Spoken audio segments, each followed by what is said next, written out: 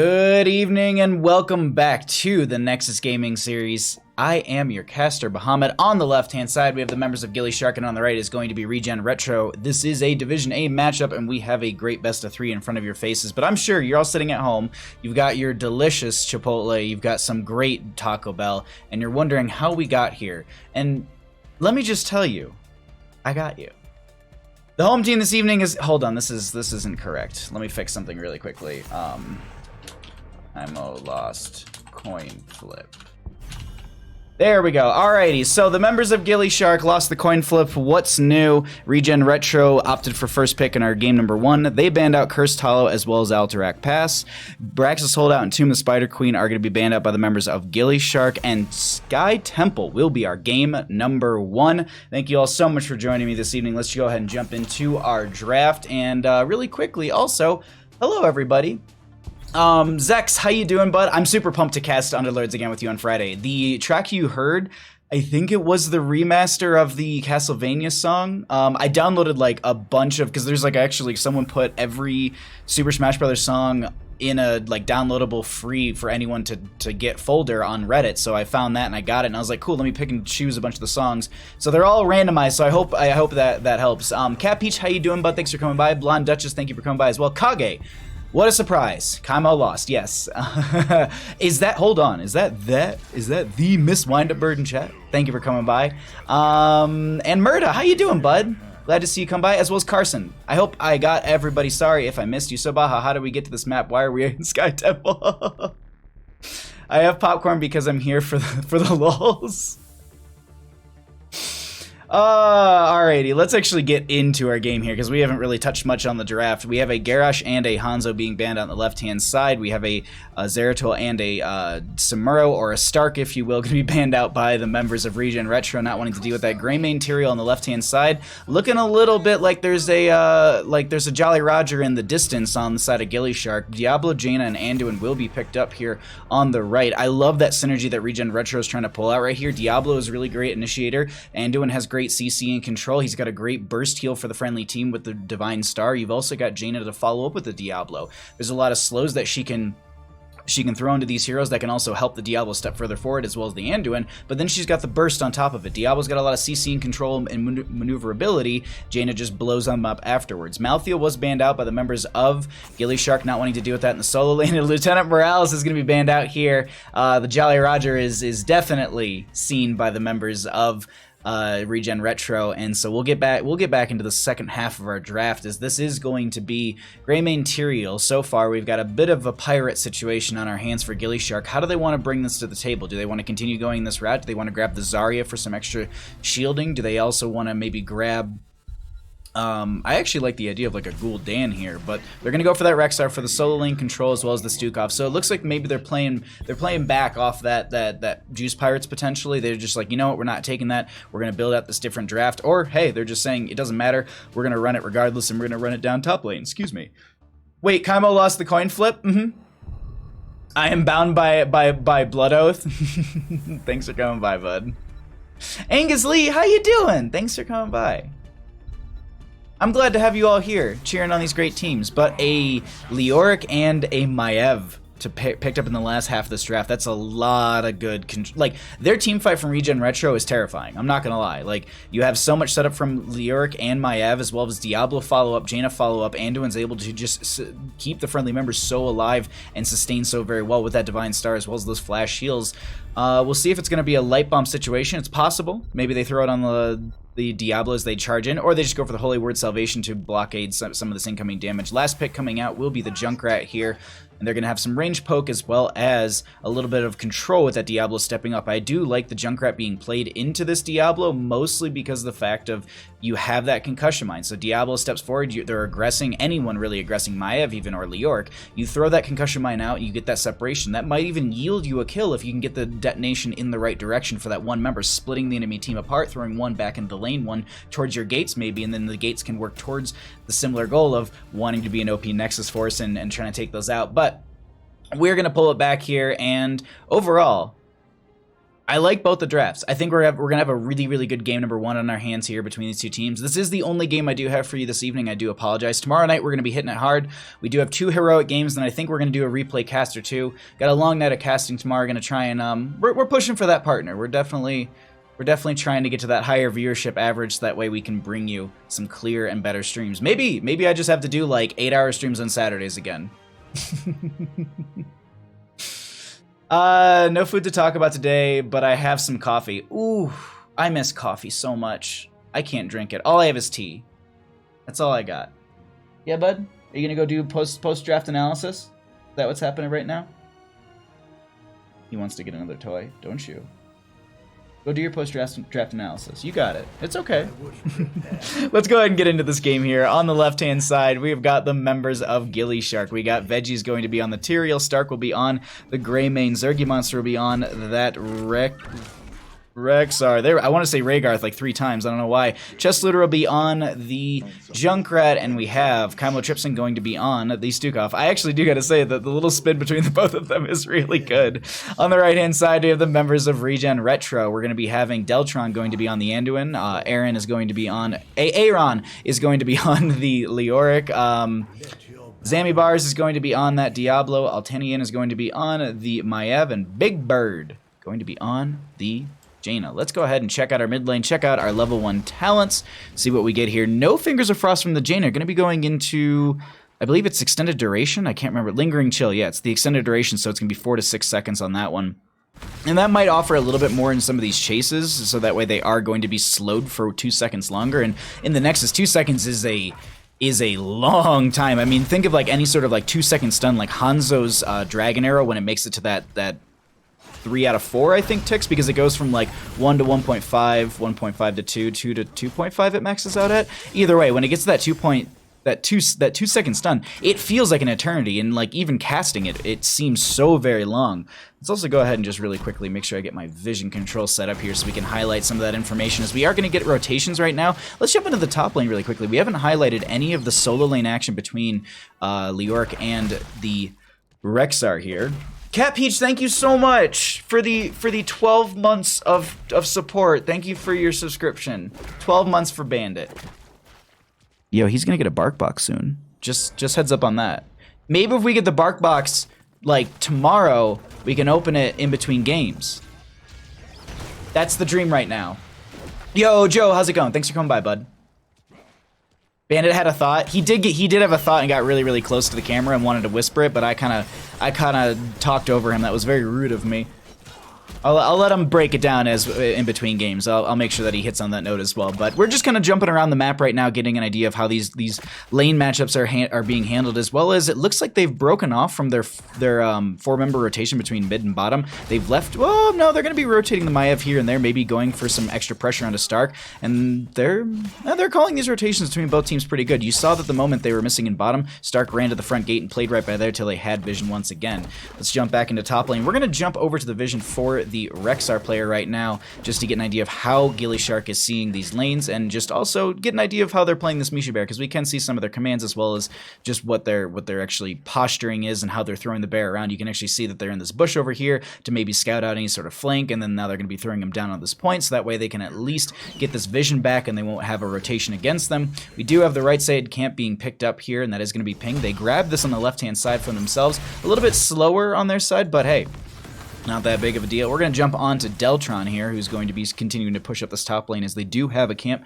stepping further forward. Altanian joining the friendly team, so it's going to be 4 versus something. They see that the Rexar's there. They know that it's just Zergy Monster for now. Veggies does rotate in as well. We do have Chest Looter behind, and this is so far, I mean, in a sense, it's 4v4 if you want to count the Misha Bear as a character, or I guess as a hero in a fight. Umbral Bind does pull them. Oh, the Shadow Charge as well. And Misha Bear's so confident, just going to be able to be like, you know what, you Shadow Charge me in the gate, I'm just going to start chasing after you once again. I got this, don't worry, I'm a giant bear. We have a little bit of a back and forth between Stark and Aaron, I think. Yeah. In this midpoint, as they will get the Wraithwalk right out of there. And this is going to be mid. I think a couple shots did go over in favor for the members of ReGen Retro right there, as they are going to be holding over top lane. Seems like these are going to be traded out as the solo laners are going to be continuing to soak between those two. Let's actually jump over and check out some of the other numbers between the damage, the healing, as well as the experience that's been proc so far for both these teams. We are about to hit that 7 talent here. We'll be able to see those talents just as this cycles through. And Zergy Monster will be in the bottom lane continuing to soak this out. I think they went into Hunter-Gatherer as well. Yeah, they're going to be sitting at 6 out of the 20 stacks on that one. Going to jump back over that Janus since we don't have a questing talent right there. But we can see who is marked with that slowing chill just to get an idea of also. And look how long that is going to be persisting. It feels like forever that you're being slowed. Nice use of the Eldruin's Might to get back over here, but Zammy was ready and waiting, trying to get this Tyrael, and Veggies will be going down. First blood of the game is going to be going over to the members of ReGen Retro, and they continue to push out top lane. Meanwhile, Greymaine's like, I'll just go get mid. Wonderful. Yo, Myron, thank you so much for the tier 2 subscription. Thank you for the 10 months of support, my friend. Zool Rules, thank you for coming by as well. Thank you all so much. I love you all very much. Thank you for being here. Thanks for supporting some amazing teams in a great league. 8 to 8 in levels. It's actually really, it's so close between the teams, and it's that I didn't actually look at it beforehand. We can maybe pull that back up, but the experience is really close. I mean, even that first kill hasn't yielded them any sort of advantage on the side of ReGen Retro. Concussion Mine goes out. Altanian going to be thrown onto the other side, but they use the Spirit of Vengeance to get back into this. That's going to be Big Bird and Deltron getting heckled by Veggies over on the right-hand side. Junkrat does go down right there. I wanted to say Genji so bad. They do trade out the Maiev, and Zammy bar so very low. That's going to be the roll forward from Stark. One more auto from the Fuzzy Rainer will confirm the kill, as now they're going to be making the full retreat on the side of ReGen Retro from this. It's going to be a 1-for-2 kill overall during that, and just kind of get an idea of what their vision looks like as they do leave. Deltron's still going to be in this bottom lane. Next altar will be, or the next temple will be in this bottom lane portion. And this is, I'm looking at the Jaina build right now, so they're going to be having, I think this is Pierce, right? No, it's just cooldown reduction. The Pierce is at level 4 with that. Okay. Alright. Single altar phase in bottom lane. Let's jump back into the top lane. Actually, I'm watching minimap really quickly. They're not, there doesn't seem like there's a fight that's breaking out down there. No one really getting low on health. So we'll continue to watch top lane a little bit as the temple phase is going to be activating in just a moment, just to see this back and forth between Zergy and Aaron. And I gotta say, like, Leoric's doing a great job of just self-sustaining this lane. A little bit early, it seemed like they were getting pressured, not out, but getting pressured quite a bit by the members of gillyShark, or at least Zergy Monster in the solo lane. And now I think they've kind of found their footing as this game does progress, and as they are kind of working through their talent tree. 10 talent tiers for both these teams will be hitting. Nothing too out of the ordinary. Go for the throat for the Greymane. No curse bullet, so they're not going to be going for that 40% removal of HP. But that's just a lot of backline shredding. Like this is just an all-in Greymane. It's just like we're going in and we're smacking them with our Worgen paws, and we're just gonna easily take this. No big deal. But this is still going to be bottom lane held over. They will be able to pick up the bottom lane fort. They're gonna back off of this. Doesn't seem like they want to take a fight just yet on the side of gillyShark, and they have. Well, I was gonna say they have lost most of the fights, but that's not true, because the last fight was over the Bruiser camp, and that was one in their sense. They did lose the Junkrat, but they still got 2 kills themselves, so I guess you could consider that a win overall. I don't think they got the Bruiser camp, though, because I think Maiev did get the Spirit of Vengeance and got it in there before they could step forward and claim it after the Riptire, or not Riptire, but the Concussion Mine exploded. And so it just continues to be rotations between our lanes. Veggies died for our sins. I feel bad whenever I kill Misha. Everyone should always feel bad when they hurt Misha Bear. Look at this. All of ReGen Retro should be feeling horrible about themselves. Now, they can, I mean, they're making the right plays. They should just feel bad about hitting the bear. Look at this boss play, though. I completely like missed it. And the cool thing is, and I should have highlighted this at the moment, they could see that there were quite a few members in top lane pushing against Zergy, so they're like, all right, they're in top, they're not making this rotation in time. We've got Junkrat, we've got I kept wanting to say Kamo Tripson. We got Stukov, and we've also got the Oh my god. I want to say the hero name, but also I was saying the talent. We got Sanctification, the Concussion Mine from Junkrat, and Flailing Sword from the Stukov. There we go. So it's a lot of boss control coming out from gillyShark, so that was a very confident take in their part. But once again, let's jump over to their vision. Look at the aggressive play they're making. They're going to steal away the camp on the opposing side. Leoric did scout that out. They do know that they're up here, but the rest of the team is going to be currently working on this boss in bottom lane. So all they know that they can do is they can poke at this. They don't want to step too far forward and potentially get picked off. If Leoric does die, that's, I would say, is probably the best character to go down, because of the fact that they can cheat death and get back into lane as quickly as possible. Also, respawning on the battlefield is exactly the choice moment right there, and that's going to be Greymane going in right there, not using Go for the Throat, but still going to manage to pick off the kill. They throw this camp into top lane, won't take the fort, but that is going to be Leoric down. They can spread themselves across the map if they do want to split up here and take both these altars, but that might be a little greedy, so I think they're going to all in bottom lane. And the way this works, and I might have this wrong. We'll see right here. But so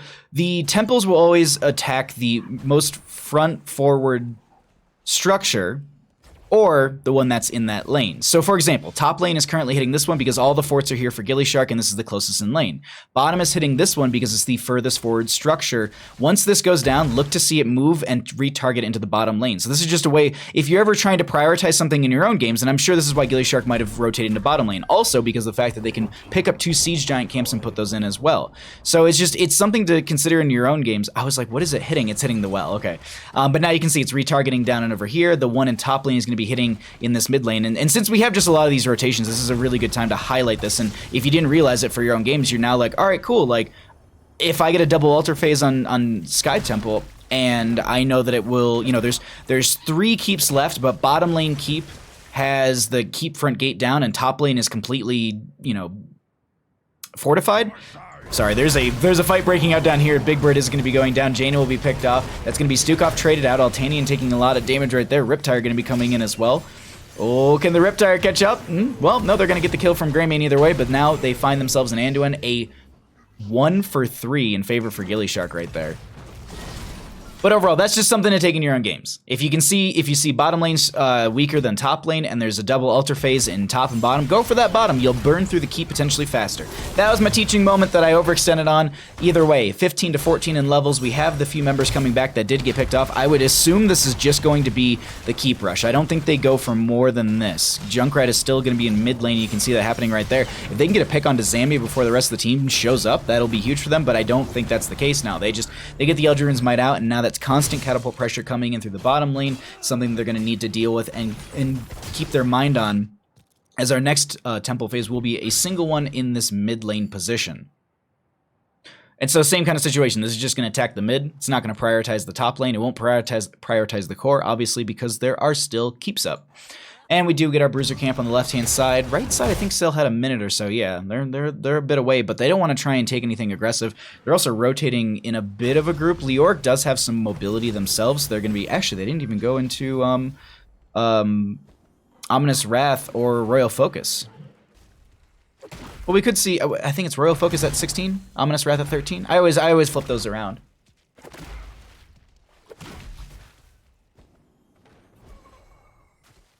Misha unkillable popped Iron Skin.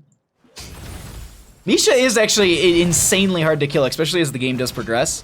She scales really, really well, and that was the intention for her in the last changes she had, which brought her more into the middle of the meta, if you could say. I mean, we don't see her in every game, but she definitely has a higher priority, and a lot of teams have been playing her and getting a lot of value so far. But once again, let's jump over to the vision for the members of ReGen Retro, as we do have this Leoric pushing in the bottom lane a little bit. I need to chug tea for a second. And the rest of the team is going to be coming in here, but they don't know where gillyShark is. And I think, yeah, they might have had a feeling, so they just played that safe. They backed out of there. And so does gillyShark. Temple phase pops up here. They're going to need to respond to this. This is going to be 16 for the members of ReGen Retro. So they are going to be at that same talent tier as we do get our objective in this mid lane. They can try and take this fight against the enemy team if they want. They know that they're already on the point. They do see that there's a camp once again going to be picked up right there. And they also can see on their minimap that there's going to be Leoric in the bottom lane. Let's just highlight that really, really quickly. This is the gillyShark vision. Actually, they didn't see the they see the Leoric is now rotating up as they are going to be backing out. That is going to be an Entomb blocking in Chymotription. The Ring of Frost Frost comes out, but it's unfortunately not going to have any sort of follow-up. Light Bomb goes out from the Diablo, catching Veggies and one other. I think it was just the Misha, as that's going to be Altanian getting picked off in the left side of our screen. That's going to be the stasis for the Rexar right there, as they skip right over the Leoric with the Riptire, and they're going for Zammy. Unfortunately, that gets killed way too quickly, and now they turn back around. What is it? It's I'm forgetting the name of it. Feign Death. Okay. I kept wanting to say, I wanted to say I wanted to say Fealty into Death, and I'm like, that's not right, Bahamut. No, that is Leoric's talent, not so it's Feign Death. There we go. But as I said, this is going to attack mid lane. With the shots that is left, I don't think it will take out the keep. Will it take out the keep? No, I don't think so. Hold on, how many do we have left? 7? I don't think it's enough. It's going to be considerably weak, but yeah, it won't go down. Pew, pew, pew, pew.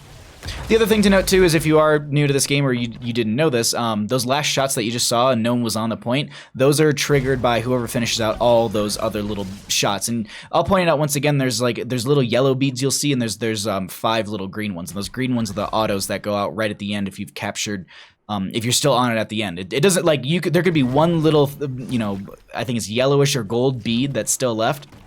And if the enemy team jumps onto it, they can get those last shots. So it's not just overall or anything like that. It's just whoever's on it at the end when it gets triggered, you can just run right off of there. Something that I didn't know for the longest time when I was playing this game. But we do have these teams just going back and forth around this boss pit. And I think both of them kind of know it's a bit of a throw pit. We have those fire stomps coming out. I don't know if they saw the Misha right there. I'm not sure about if Zammy got the fire stomp out far enough to scout out the Misha. It's so tense right now.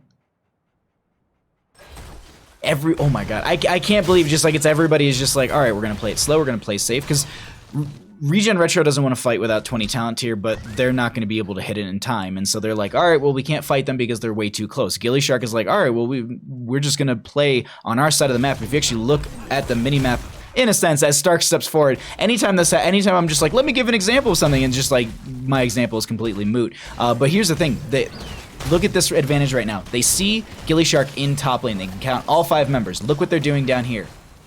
Big Bird and friends are going to try and burst down this boss. Now, Junkrat and friends, they do have vision on this. They know with this trap right here, and they're just going to give over the boss for free. Are they just trying to core? Oh, Chess Leader not making it over the wall right there, but they'll be fine. Well, they're going to try and core. Let's see if they can do this right now, as that's going to be the hearts coming out from just about everyone on the side of ReGen Retro. Core's starting to fall right now. Apocalypse comes out, but that's going to be the Sanctification. Light Bomb's going to be out as well. Flailing Swipe will be connecting onto one. Maev's the first one to go down. Core rapidly falling, and it looks like that is going to be gillyShark with the quick backdoor jump right over, and that's going to be game number 1 in favor for gillyShark. GG. Well played. Yo, Thistle, thank you so much for the raid. Welcome everyone from Thistle's stream. Thank you so much. I really appreciate that, my friend. Sorry about that, I didn't get to catch it. Also, Dr. Paul Hirsch, thank you for the follow as well. Let's get these subscription notes in here really quickly.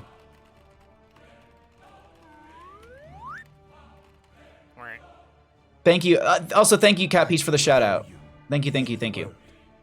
Here just in time for an epic fight. GG's. Core Rush, yeah. 12 months for Bandit. 12 months for Bandit. Alright, where's Altania? I will follow you to the end of the world. Subscribe.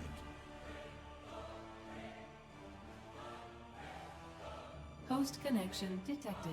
Routing holofeed now. This'll do. Thank you so much for the raid. I really appreciate that. Welcome everyone to the stream. If you are new to the stream, hello. My name is I was gonna say Bandit, but that's not right at all. This is Bandit, my co-caster, the best boy. We are currently in between games as we are gonna find out what they want to do on the side of ReGen Retro. This is a best of 3 series for the Nexus Gaming series. I heard you explain a lot. What? I explain a lot? Are you talking about just like what I was talking about, the maps? That's great, exactly what I need. I'm very confused. I have a delay on chat, or a delay on stream because it's a competitive league. So I have this, and I was just talking about this, and I just retweeted it like yesterday. It's just like 90% of my chat interaction is me saying something, then forgetting what I said, and someone in chat responding, and just me being like, The worst was when it used to be like 90 seconds or 120 seconds. Like, chat interaction was just impossible. We're at like 30 now, which is really, really manageable. We're just waiting to find out if they want first pick or map pick, and then we're going to get going into game number 2. Like why they do what they... Oh, okay. I do a lot of play-by-plays, but ooh, we're gonna get that. Let me update my stuff in the background so I have that correct as well. Ah, thank you so much, Cat Peach. Yeah, it's because I don't want to just assume that like anyone who's watching my stream knows what's happening. Because I've been told by people, they're like, hey, I'm the wife of so-and-so. Thanks for kind of dumbing down your cast. Not so much dumbing down, but just thank you for kind of over-explaining some of the things, because the fact that I don't know, like I don't play Heroes of the Storm. I watch your stream or I watch other people's streams because the fact that, you know, their partner or their friend or someone yeah. And I try to learn. Wonderful. I'm glad, Dr. Paul. Do you just want to be called, do you want to be Dr. Hirsch? Hirsch? I think it's Hirsch. Or is it just Dr. Paul? Which is it? Thank you for coming by. Also, thank you for the follow. I appreciate that, my friend. We're just swapping teams around really quickly, making sure that everyone is in the correct spot, giving the right hats to the right people, and making sure that the draft order is correct. All right. Baja Stream is a great learning tool. Yay! Thank you, Ramadi. How you doing, bud? Thanks for coming by. I hope you're having a wonderful night, my friend. Alrighty, I'm all set on my side. Teams are. Give them another Twitch link. Yo, Chris, how you doing, bud? That's my name. I hope you're having a great night. Thanks for checking out the stream. Bonafide Pleb, I'm somewhat new to the game and I've learned a lot from watching your streams. That means a ton to me, Bonafide Pleb. Thank you, seriously. I'm glad. Whatever's comfortable for you, I'll probably swap it up. But Dr. Paul, I like that one. And also, yeah, Spooky Worm, best worm in chat. Alrighty, we got readies from one team. We're waiting on the others, but we'll get them in here in just a second. So really quickly, while we are waiting for this for the ready and while we're getting this game, my name is Bahamut. I do a lot of casting for the Nexus Gaming Series, for Heroes Lounge, for Heroes Hype. If it's Heroes of the Storm related content, I typically am casting it. I've worked with JHow in the past, casting for the Tespa Collegiate Series. And hopefully one day I can do a live event for Heroes of the Storm somehow, some way. But if you enjoy the content you see, if you enjoy the casting that I bring to the table, please go ahead and hit the follow button. If you've already done so already, thank you. And let's get into a game. Good luck, fun have. All right, I'm going to give him a Spooky Worm and we're going to get going into this. Let's jump in to our map number 2. We will be heading into... There we go. Welcome to Volskaya, welcome to game number 2. Thank you for all hanging out. On the left-hand side, we got the members of gillyShark up 1 game in our best of 3 series, and we have ReGen Retro on the right trying to take us to game 3. And if you're sitting at home and you're like, wait, Bahamut, why are we up a game on gillyShark? Why are we on Volskaya? How did I get such delicious Taco Bell in front of me? Don't worry, I got you. Except for the Taco Bell part. The home team this evening is going to be Kaimo lost the coin flip, because that's what always happens. gillyShark lost the coin flip. First pick is going to be going over to the members of ReGen Retro as that's what they wanted for that first game. They banned out Cursed Hollow and Alterac Pass. Braxis Holdout and Tomb of Spider Queen were banned out by the members of gillyShark. They chose Sky Temple for our map number 1 and won that. ReGen Retro opted for map pick for game number 2, and they have chosen to take us to Volskaya Foundry. Let's get back on into our draft and see what these teams are going to be going for here. Also, Balfrag, how you doing, my friend? Thank you for coming by. Big Scary Duck, it is good to see you. Kriv as well, thank you for coming by. Fake News, that's my name, that's all of our names. But Balfrag, thank you for coming by. Big Scary Duck, you wonderful. Lumpico, how you doing? I'll vote for you to cast a live event. You are excellent. Thank you so much, I appreciate that. Hey Baja, looks like a cool map. How does it get selected?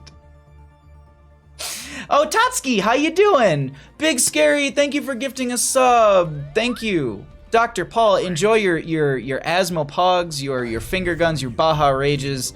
and your gilded beard. Alrighty, let's figure out what's going on in our draft here. As we do have once again a first pick Greymane on the side of gillyShark. They do have a ban onto the Garrosh as well as the Hanzo. The members of ReGen Retro are going to get rid of the Samuro and the Zeratul. Not going to allow Stark to play either of those heroes as they've been pretty strong in the past on those. So that Greymane first pick on the left hand side, starting out strong in the Assassin, also able to solo on camps, able to get single kills very easily, and just able to get into the backline. You can play them in so many different styles of compositions. He's a great all-around pick.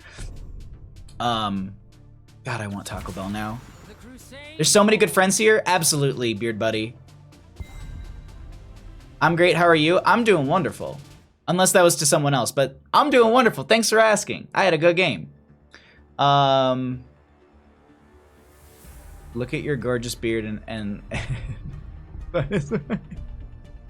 yes, thank you.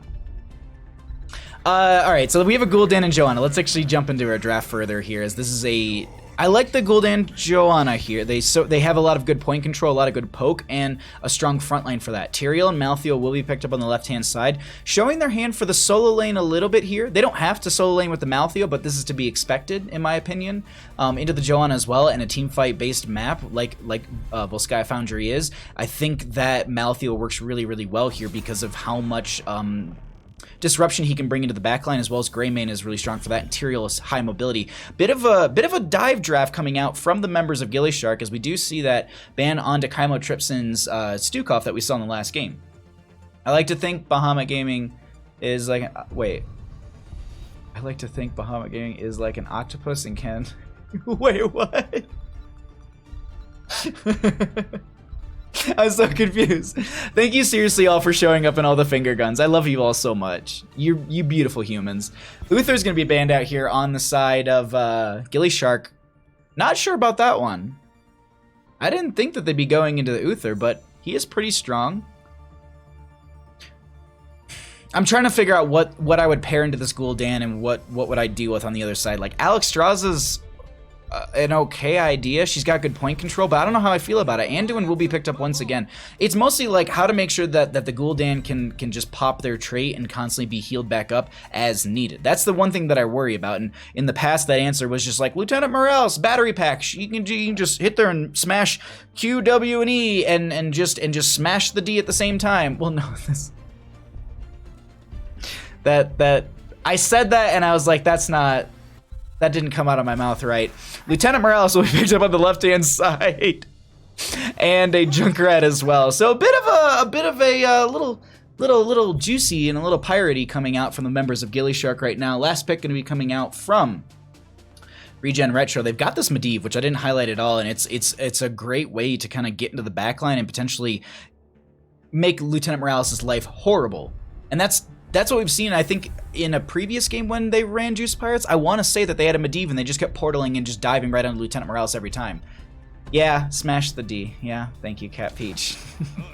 I love that it's just finger guns and Asmopogs and Baha. Like, yes, just please spam emotes in my chat. Like, I mean that 100%. I love that so much. If we can even get Pog slides, that's just so good. Chen will round up the draft on the right-hand side. I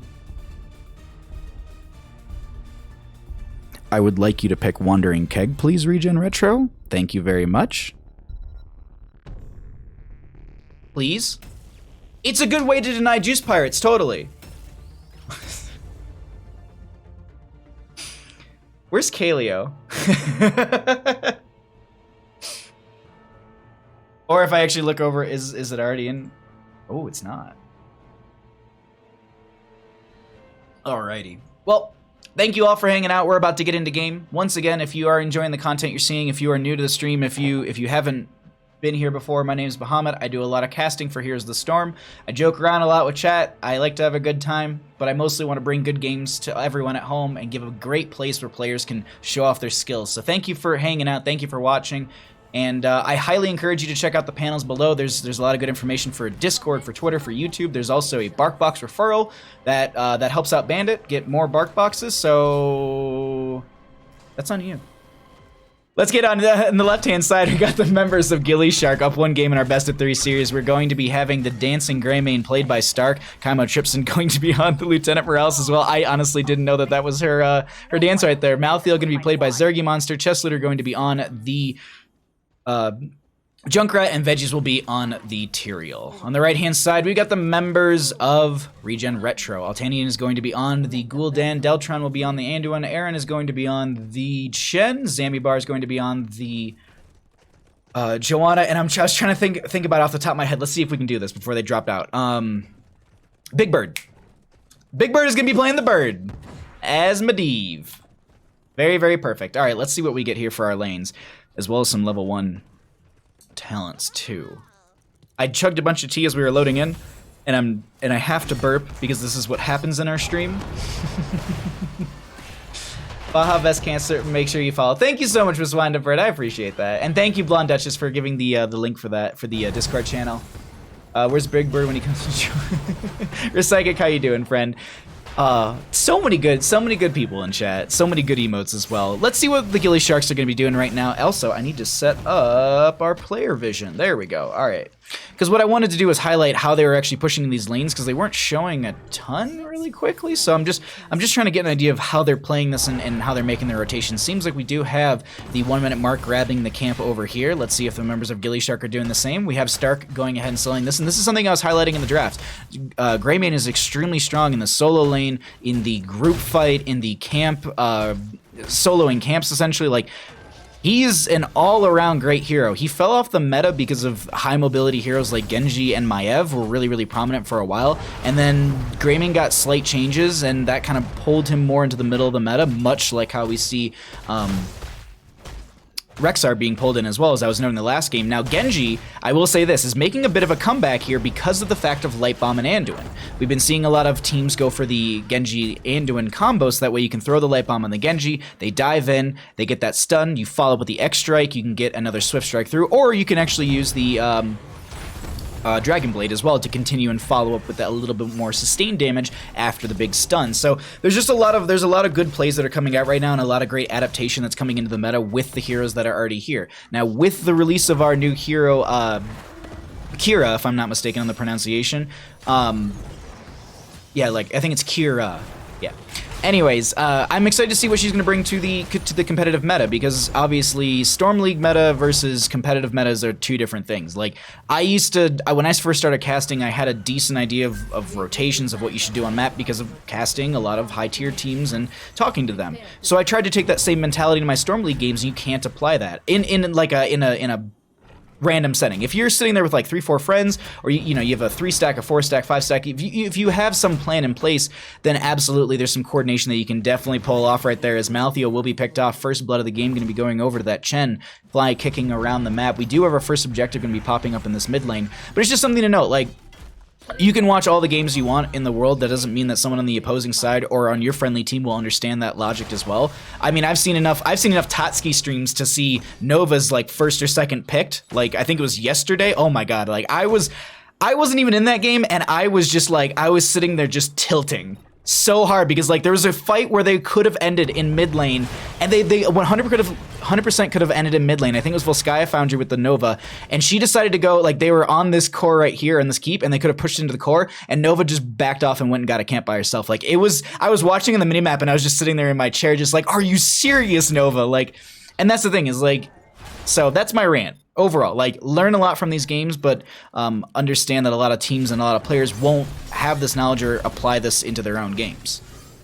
I mean, there's a lot of people in Storm League who don't know about amateur leagues and stuff like that. You'd be surprised how many people, if you mention, they're just like, I've never heard of that.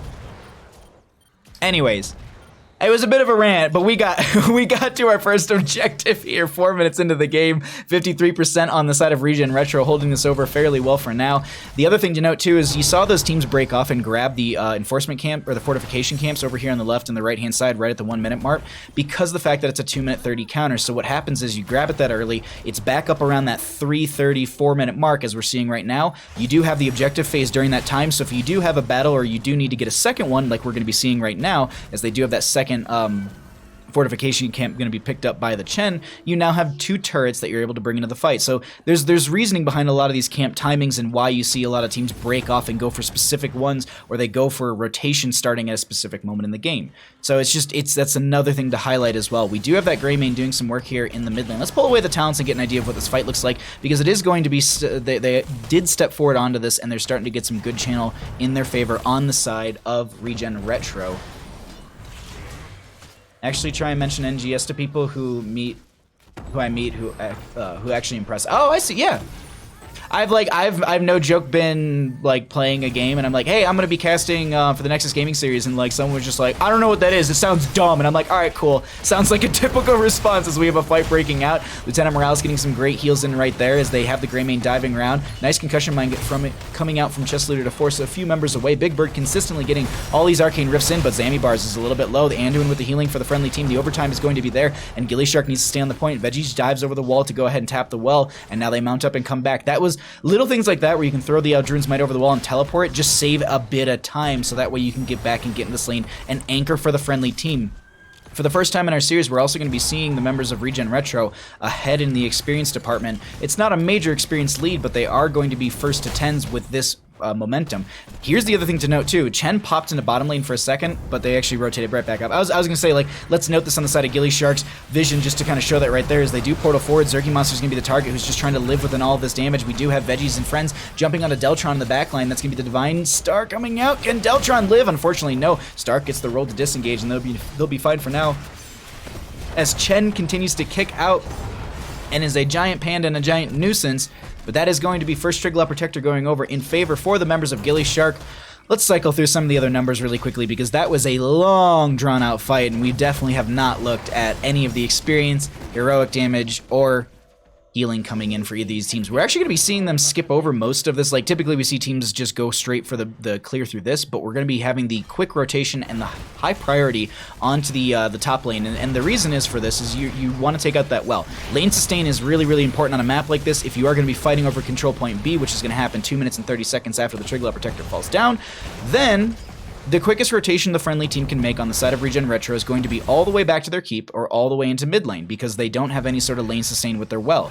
Taking this lane out further means you will be getting those periodic catapults every third wave, and you're also going to be looking at some passive experience gain on the side of gillyShark. So not going to be able to get that. They make a good defense, and they also note that there is 10 talent tiers on the side of ReGen Retro. Apparently, our Chen player doesn't know how to hit the correct control keys and accidentally, I want to say they accidentally hit control 1.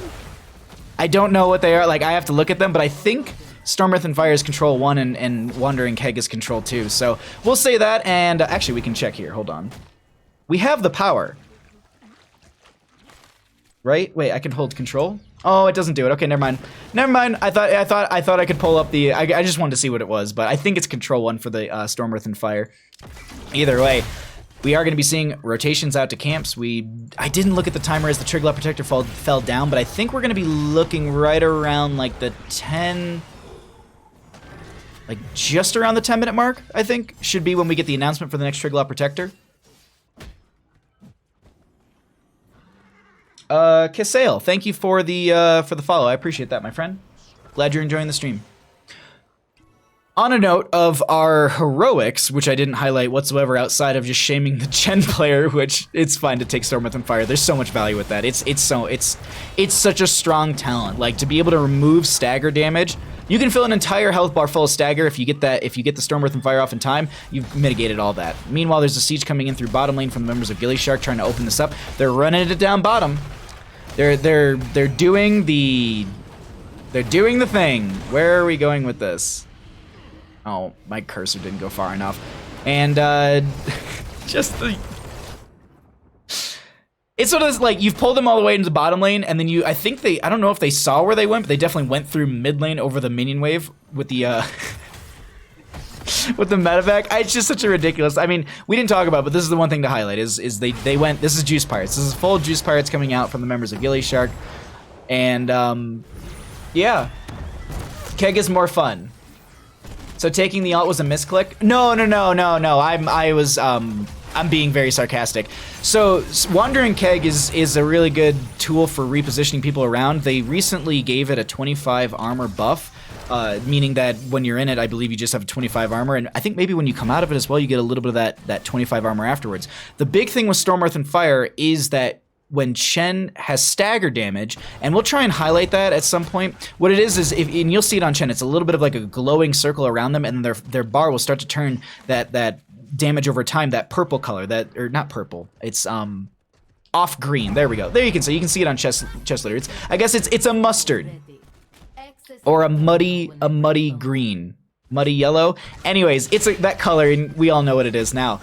But you'll see Chen taking a lot of that damage, and you can actually highlight it right there. That's that little bit of a glow right there, and also all that is the stagger damage. So you can take all stagger damage. You just sit there and you just absorb all that damage, and it does return to Chen once it expires. But if you pop the Storm, Earth, and Fire right as that you kind of max out on it, you just mitigate it because you come back into your full form of Chen and it's completely gone. There's a Sanctification over this. The Horrified did come out, but it's completely nullified by the Sanctification. Holy Word Salvation is going to be there as well, and they start to turn this around on the side of ReGen Retro. Veggies is so very low. Can they make it out? They actually drop the Biotic Emitter just to make sure that the enemy team doesn't get it. They do get the Explosion onto one, but that's going to be onto one of the Chen clones, and you see it right there. Aaron, back to full health. Those Chen clones, if you kill the Storm, Earth, and Fire, all three of them, then you fully killed Chen. But if you only kill two and one of them makes its way out of there, Chen will come back to life at its previous health minus the stagger damage. So there you go.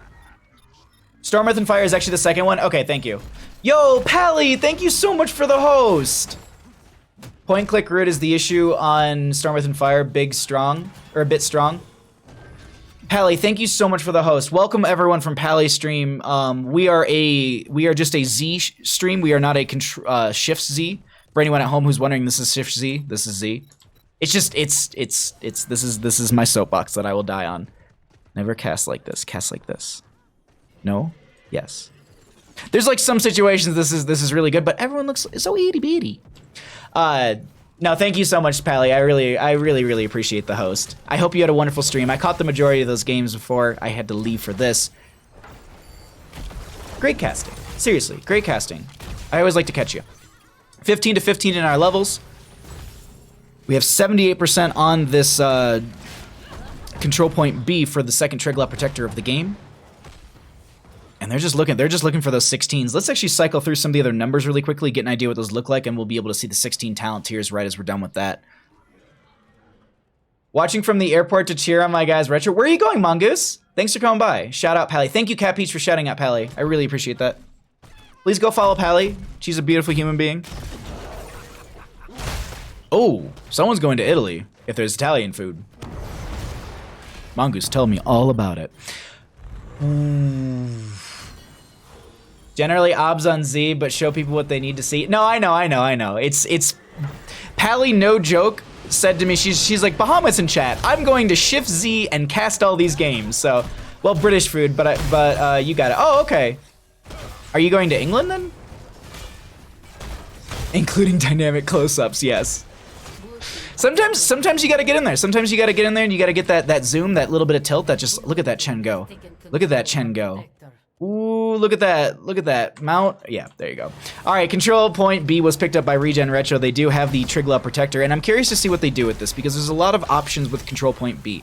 You can basically push through top lane and try and go and burn this down, while the members of gillyShark try and just cheese through your bottom lane. Or not so much cheese, but just, I mean, this is their strategy. This is their plan. Like, it's not so much I don't know if I call it a cheese. Either way. We are going to be seeing Zergy Monster doing great work on the Triglop Protectors. They do have that percentage-based damage, and that works well into the vehicles, if I'm not mistaken. They force them back. They lose the top lane fort, but bottom. I mean, it's a bit of a it's I don't know what to consider which a win, because control point C will open up at 16 minutes and 30 seconds into the game, roughly, in our in-game timer at the top over here. Or I think it's announced at 2:30 and opens up at 3 minutes, so 17 minutes. Either way, control point C is going to be in the bottom lane. And now that they have the fort gone, this is going to be periodic catapult pressure coming through the lane. You can actually see this in bottom lane for gillyShark in their favor. So it's every third wave you'll get a catapult in your favor. You also get a little passive experience gain, but that's going to be kind of mitigated. Oh, here's the I heard the ping and I started staring at the minimap. I was like, where's Lieutenant Morales? Because the entire team doesn't show. Kylo Tristan actually anchoring this keep right now. This is not where you want to be. We do have the Leyline Seal up and ready for the Medivh. They are in a bit of a straight line. That's Chest Looter getting caught right there. The Greymane gets the kill onto the keep, and that's going to be Sanctification as they try and make their way out. Veggie's trying to go, and Stark makes it out. Kylo trips and might be sacrificed. Yeah, they go down. Blessed Shield was used for that pick onto the Lieutenant Morales as well. 60-second cooldown onto that one. So the big thing to note is if Control Point C is something they have to battle over, the longer they hold this on the side of ReGen Retro will be their favor, because top lane Ford is gone, so you'll have these periodic catapults coming through that kind of puts them on a bit of a timer on the side of gillyShark. Now bottom lane, you could say the same thing, but Control Point C is down here, so that's going to be the team fighting over this. They can rotate in the lane, make sure that catapult doesn't advance further up. Okay, they were just waiting for Medivh to grab. I was just like, that's a risky play right there. Curse Bullet connects onto Aaron, portal out, and they're able to make it out just fine. There is not enough juice. Coffee is bean juice. Oh. Will went to Italy. I'm going to the UK. Well, have fun in the UK. Whatever you're doing out there, Mongoose, I hope you have an absolute blast, my friend. That sounds awesome. I've never been to England before. I've made it through a couple European countries, but never been to UK. Never been to the island. I always want to. Potato. Yeah. Big Bird, do we have a Leyline Seal? Shen kicks, no, Malthael goes down. Yikes. Oh, but I thought I heard the are they going for it? Sanctification in 2. Let's get the vision for the members of ReGen Retro right now, because this is a hard spot to be in, because you're like, all right, well, are they gonna go on our core at any point? They don't have 20s. Actually, this late trying to just Sanctification dive a core might not be the best idea, because the fact of the death timers are extremely long. Like, Juice Pirates is a very early game value kind of thing, because of the fact that your death timers are so much lower and so much shorter. You can do this, and the enemy team will maybe get a fort. Sorry, I keep chugging tea. We do have 20s, though, for the members of ReGen Retro. We're going to be having the Elemental Conduit, if I'm not mistaken. Medivh cheats as well. That's Horrify. They have the Hunt, and I believe it's a 2-second increase on the time, and then, like, armor reduction. So 1 second increase, which feels like forever, and then the 20 armor reduction. That's a huge one. No Indestructible for the Joanna. Going to be going for Storm Shield. Excuse me, Blinded by the Light, but it's Storm Shield. But you do get the cooldown reduction off the shield glare. So Control Point C. What's the plan here, gillyShark? Are you all in for 20 to get Holy Arena? Is that it? Like, do you just need the Holy Arena and then you can go from there? Malthael's still in bottom lane. Oh, did they find a Malthael again? Yes, they did. Zergy Monster is going to be trying to stay alive, but they do end up getting picked up. I cannot believe how long Zergy Monster has been living down here. That is ridiculous. They were going to get the kill regardless, but it was just insane. I'm just like, when are you going to die, Malthael? When are you going to die? Safe zone? Are you serious? Oh my god, hold on. They use the medevac. They're protected for 2 seconds from all damage. Malthael has bought back. They're going straight onto the core right now. Holy Arena was picked up for the from the Tyrael right there, and the Leyline Seal goes out. Did that not? Wait.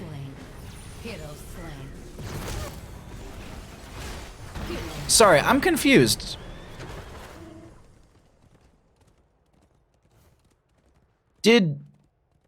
I feel like Leyline Seal went through all that, did it not? Or was that the full 3 seconds and it just went by way quicker than I thought it would? 4 seconds, actually. I'm confused by that. Boil him, mash him, stick him in a stew. Coffee sounds really good. I would love some. I wish I could drink it still. I wish I could drink it. Whoo, ReGen Retro. So this is the bit of a weird spot. So there's 15 seconds on a majority of these players. They have medevac up and available. Does it get them across the map here? I don't know if it will actually get. Can we take a look at that? Let's look at the lieutenant. Can I click on her? There we go. Whoops. I didn't want to do that. Medevac doesn't get them to the enemy team's core. And they need to defend their own. This is a weird spot to be in right now. That's going to be the Triglav Protector actually being exited by the Medivh, who's trying to get some value. Big Bird actually ends up getting picked off right there. They pick up the turret on the side and they drop it immediately for gillyShark. They find themselves a Gul'dan as well. Riptire going to be coming out from the Junkrat as they also are looking for Veggies on the opposing side, who seems to be doing just fine for now. Look at Aaron's. Just look at all that stagger damage. They have no Stormwrath and Fire for the next point some seconds, and Triglav Protector is jumped in by a couple of the members. Is this enough damage to end the game? 51% left on the core of the opposing side. They are whittling down this shielding, but this is 25% and falling. I don't think the Anduin and the Joanna will be able to take this down themselves. They fall out. Deltron going to be thrown away, and they just get thrown off the map on the left-hand side. Zambibars is trying to make the escape, but I don't think they really care. They're going to move into mid lane, and I would assume this is going to be Medevac straight to core. Stasis hits over Invulnerable. I didn't know that. I honestly didn't know that. I thought it was, I thought Invulnerable was just, it was, you know, nothing can stop it. But anyways, no, Medevac doesn't go that far. Yeah, I didn't think so. Riptire is point blank in front of Zamibar's face, who's trying to make the defense. The Medivh is back. They don't have any sort of leyline seal, but this core is going down. Big Bird is going to make the defense as best they can. Gul'dan coming in here as well. Sanctification out from the Tyrael, and that will be game number 2. Over to the members of gillyShark. GG. Well played. Protected Medevac, by the way? Yeah. I saw that. 1 second from Stormwrath. Yeah, I know, Murda. It was like I looked up and I was like, oh my god, it's on the literal like 0 point something counter. Really good games coming out from these teams. Let me get a message out and see who wants to do an interview.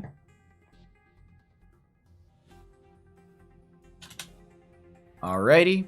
And we'll show talents. Don't go anywhere, everybody. We're going to have a quick interview, and then we'll get you in front of some more games. But stay tuned for some great interview. Seriously, though, Pally, also thank you for the follow, or for the host as well. Not the follow. I looked at the wrong line right there. Alrighty, I'm going to go ahead and jump into Lobby 1.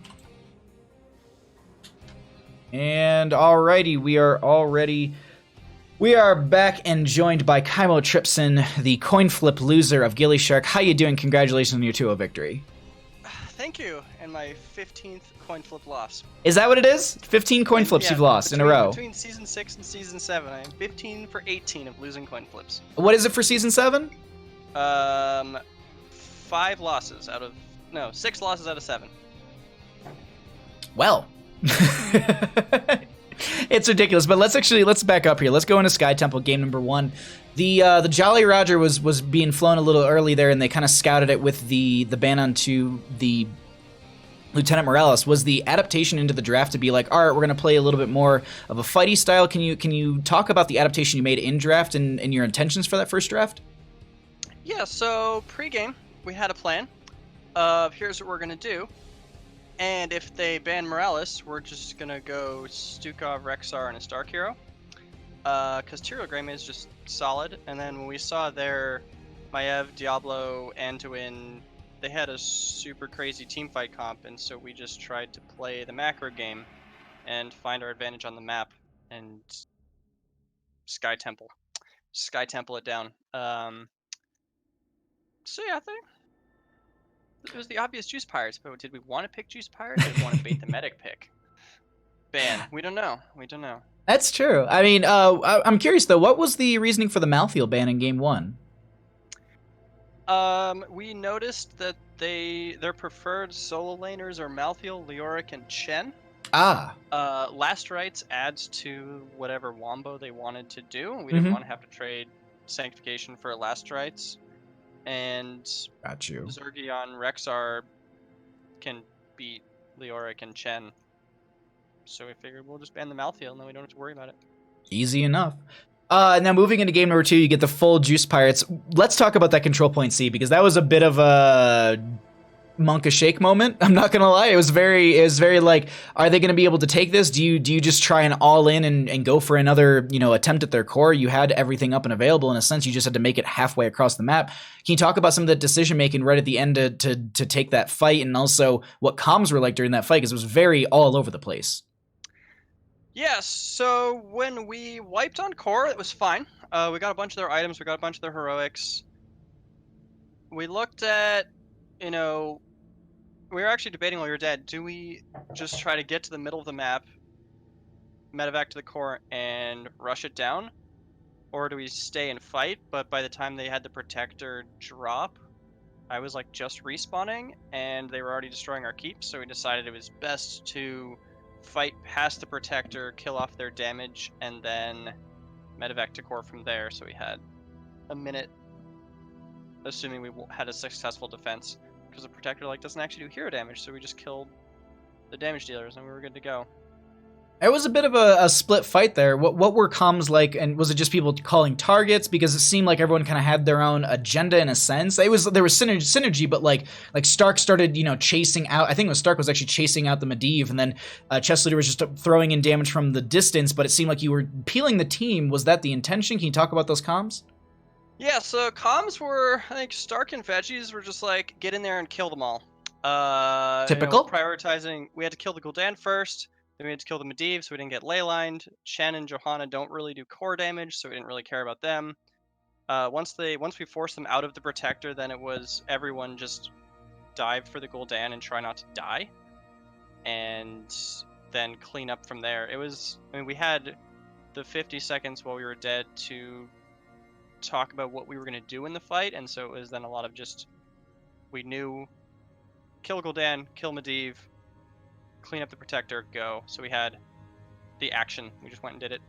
Oh, it was planned out really, really well, and it was so much fun to watch. Before I let you go, any shots that you'd like to give? The floor is all yours, my friend. Yeah, so shout out to Gillyweed for being awesome, getting our team together. Shout out to the Blessed Bush Trap, once again, giving us vision of the map and bringing more followers to our side. Shout out to the rest of my team, and for getting the games done, because I'm old and want to sleep, and I finally got to play Morales, finally, and it was really fun, and it was unintentionally juice pirating, so shout out to Morales, and shout out to Bahamut and Bandit, the best casters. Thank you so much. And thank you for the games. I'm really, really excited to catch you all next week. I believe Wednesday at... I didn't write it on my calendar, but I think it was like 5. Eastern. Yeah, 8 Eastern, 5 Pacific. Alrighty. Well, you have a great night. Enjoy your victory, and I'll catch you later. All right, thank you. Good night. Good night. Alrighty, everybody. That is going to wrap it up for us. We got a short stream this evening, but don't go anywhere. Really quickly, just going to plug some things on the channel, and then we're going to host you over to Heroes Hype, who currently have their Premier Series Grand Finals approaching this evening for their Day 2 Cup number 1. I know there's a whole lot of words there, but don't. Just hang up for a second. We're going to host them over, but tomorrow we'll be starting at 6:30 PDT. We're going to be having 2 heroic games back-to-back. After that, we're going to try and do 1 to 2 replay casts. So if you want your games replayed, or your replays casted, you can join the Discord. I've got a channel where you can actually post those. Storm League games, quick match games, unranked games. If you think you had some awesome plays, or you think it was just something fun, or you were like, hey, let's look at this together, let's analyze it, let's talk about some of the decisions that were made, let's do that as well. You can throw those in there, and we'll cover those a little bit tomorrow night after the live games. But that does wrap it up for me. Thank you all so much for hanging out. You can join the Discord, you can follow me on Twitter, or you can check out the YouTube page as well. All that information can be found in the panels below, but that wraps it up for me. I'm going to go ahead and cheer on the Heroes Hype Premier Series. I hope you do too. Until tomorrow night, I have been Bahamut, your second best boy. Best boy's right over there. Your favorite caster. I'll see you all tomorrow. Good night.